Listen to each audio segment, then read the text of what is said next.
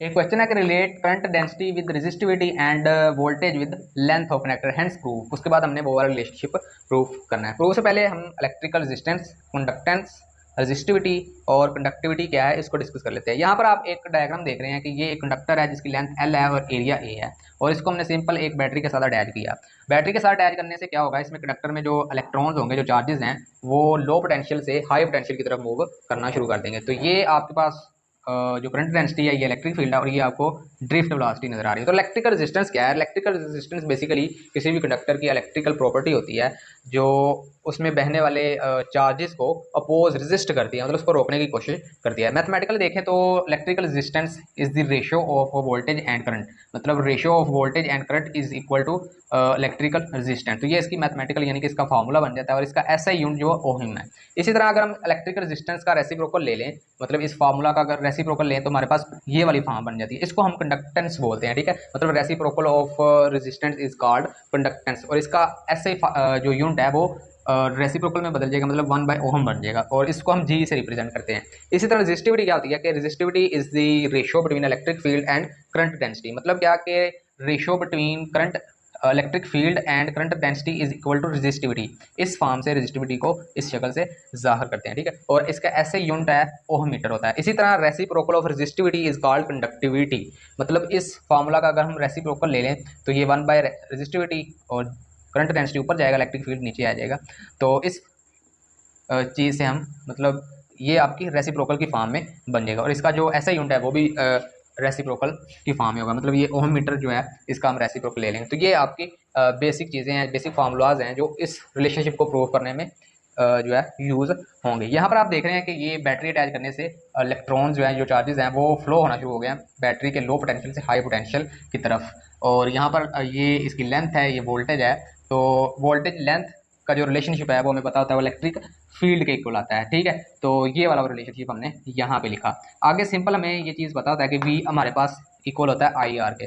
ये चीज़ हमने कहाँ से निकाली? V is equal to I R, ये इलेक्ट्रिकल रेजिस्टेंस के फार्मूला से निकाली। ये जो फार्मूला है यहाँ से हम सिंपल वोल्टेज की वैल्यू निकाल सकते हैं। तो वो हमने निकाली आई आर, और वोल्टेज की वैल्यू को हमने सिंपल इस चीज़ में, ये जो आपको V नजर आ रहा है इसकी जगह पे पुट कर दिया, क्योंकि V हमारा इक्वल होता है आई आर के। तो सिंपल हमने यहाँ पे वैल्यू पुट की, तो ये वाली शक्ल बनी, ये वाली फॉर्म बनी। इसको हमने इक्वेशन नंबर 1 का नाम दे दिया, ठीक है। यहाँ तक बहुत सिंपल है। आगे क्या है कि आगे हमने रेजिस्टिविटी का फार्मूला यूज किया, ठीक है। रेजिस्टिविटी का फार्मूला ये वाला, ठीक है। Resistivity is the ratio between electric field and current density. ये हमें बताया कि इसका फार्मूला ये होता है। सिंपल इस फार्मूले को थोड़ा सा हमने सोल्व किया, यहाँ से हमने इलेक्ट्रिक फील्ड की वैल्यू निकाल ली। इसको हमने सोल्व किया तो आगे हमारे पास जो फॉर्म बनी वो इस तरह, मतलब इलेक्ट्रिक फील्ड को हमने बाहर निकाल लिया, और इस चीज़ को हमने क्वेश्चन नंबर 2 का नाम दे दिया। अब आगे सिंपल है कि हमने इस क्वेश्चन नंबर 2 को और क्वेश्चन नंबर 1 को कंपेयर करना है। कंपेयर करने का मतलब ये है कि इस वैल्यू को, इस इलेक्ट्रिक फील्ड की वैल्यू को हम इस इलेक्ट्रिक फील्ड में पुट कर सकते हैं। मतलब आप इस तरह कहते हैं question number 2 put in question number 1, इसकी वैल्यू को यहाँ पर रख दिया, क्योंकि ये दोनों इक्वल आ रही हैं। तो मतलब इसकी ये जो वैल्यू है इसको हम यहाँ पे पुट कर सकते हैं। तो सिंपल यहाँ पे पुट करने के बाद हमारे पास जो फॉर्म बनी है वो ये वाली बनी है, मतलब ये वाली चीज़ और ये वाली, ठीक है। इसमें सिंपल इलेक्ट्रिक फील्ड की ये वैल्यू पुट करने के बाद ये वाली फॉर्म बनती है, ठीक है। तो यहाँ से हम क्या करेंगे, ये जो आपको जे नजर आ रहा है जिसको हम करंट डेंसिटी बोलते हैं, ये वाली वैल्यू यहाँ से निकाल देंगे। रेजिस्टिविटी को हम यहाँ से खत्म करेंगे। बेसिकली रेजिस्टिविटी इसके साथ मल्टीप्लाई हो रही है, तो दूसरी तरफ जाके ये इसके नीचे डिवाइड हो जाएगी। तो यहाँ पर हमारे पास करंट डेंसिटी की वैल्यू निकल आएगी। इसको हम क्वेश्चन नंबर 3 दे देते हैं नाम। तो क्वेश्चन नंबर 3 के बाद आगे हमें फर्दर बताया कि ये जो करंट डेंसिटी है इसकी हमने पीछे वीडियो में भी डिस्कस किया था, करंट डेंसिटी क्या चीज़ है, ठीक है। वहाँ से हमने एक फार्मूला भी ड्राइव किया था। तो करंट डेंसिटी बेसिकली होती है electric current per unit area. मतलब किसी भी कंडक्टर को जब हम बैटरी के साथ अटैच करते हैं तो उसमें चार्जेस फ्लो होते हैं, करंट बनता है। तो करंट पर यूनिट एरिया जितना होता है उसको हम करंट डेंसिटी बोलते हैं। तो उसका फार्मूला ये है। तो सिंपल हम क्या करेंगे, ये वाला इसको हम क्वेश्चन नंबर 4 का नाम दे देते हैं, और 4 और 3 को आप कंपेयर करेंगे। मतलब क्या, हम इस वैल्यू को, ये जो करंट डेंसिटी की वैल्यू है ये वाली, इसको हम पुट कर देंगे इस जगह पे, ठीक है।